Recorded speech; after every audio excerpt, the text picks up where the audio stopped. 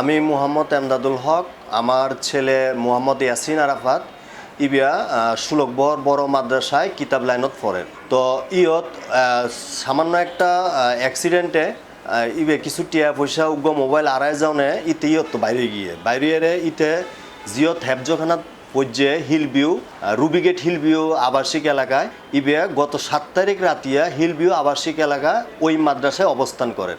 8 তারিখ বেন্যা রবিবার মাদ্রাসা তো যাইবার পরে 16 বহর যে মাদ্রাসায় কিতাব রানিং ফরের ইবার যাইব হয়ে বাইরর আর বাইরয় যায়।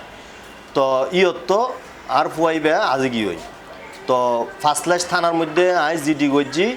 তো অনেক খোঁজাখুঁজি করিবার পরে যারাই কোনো অনুসন্ধান পাইবেন একখানা দয়া করি আর এই নম্বরত যোগাযোগ করিবেন বিনীত অনুরোধ।